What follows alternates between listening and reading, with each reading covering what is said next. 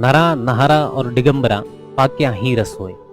ये सूक्ति अपने राजस्थान के अंदर कहावत की भांति प्रचलित है, यानी कहावत के रूप में अपने यहाँ पर चलती रहती है। इस सूक्ति का संबंध इन्हीं पृथ्वीराज राठौड़ से, और वो तो अब जब हम इसका संदर्भ सुनेंगे तब हमें इसका मर्म समझ में आएगा कि ये जो सूक्ति है वो हमारे यहाँ पर कहावत के रूप में क्यों चलती है।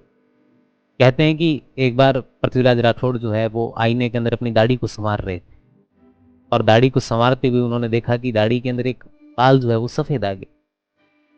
तो उन्होंने बाल को उखाड़ कर फेंक दी, और उनके पीछे ही उनकी रानी चांपा खड़ी थी, और उनको भी कवि हृदय मिला हुआ था। उन्होंने ये दृश्य देख ली, और उन्होंने ये दृश्य देखकर अपना जो मुख है वो दूसरी तरफ कर लिया। अब जब पृथ्वीराज राठौड़ ने ये देखा, तो अब कवि है, कवि को परिस्थितियां सी, परिस्थितियों के आधार पर उनकी कविताएं बन जाती है। तो वो आईने के अंदर वैसे ही खुद को जो है मुस्कुराते हुए खुद से वो कहने लगे कि पीथड़ दौड़ा आविया बहुली लागी खोड़। यानी पीथड़ वो खुद से कह रहे हैं कि बाल जो है अपने दौड़े आ गए, बाल जो है वो कैसे हो गए, सफेद हो गए, और बहुली लागी खोड़, और ये तो क्या हो गई है, एक बड़ी खोड़ हो गई है, त्रुटि हो गई। पूरे जोबन पद्मनी उबी मुख मरोड़। पद्मिनी सी मोहिनी प्रिया हमारी तरफ देखकर अपना जो मुख है वो मोड़ रही है, हमारी तरफ देख ही नहीं रही। पीथल पलीट भूखिया बलु बहुली लागी खोड़, मरवण मत गयंद ज्यों उबी मुख मरोड़। मदोन्मत हाथी के समान जो हमारी मरवण है वो हमारी तरफ से मुख जो है वो फेर रही है, हमारी तरफ देख ही नहीं रही। क्यों? क्योंकि बाल हमारे सफेद आए।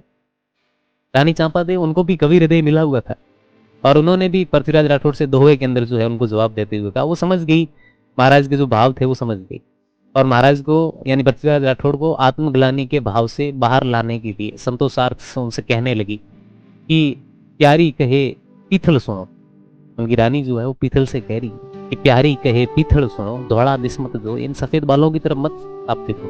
प्यारी उनसे कह रही है कि इन सफेद बालों की तरफ मत देखो। प्यारी कहे पीथल सुनो धौड़ा दिस्मत जोए, नरा नहारा और दिगंबरा पाक्या ही रस हो। कि मर्दों, सिंहों, दिगंबरों यानी योगियों की रस परिपाक अवस्था पकने पर ही जो है वो होती। तो ये जो सूक्ति है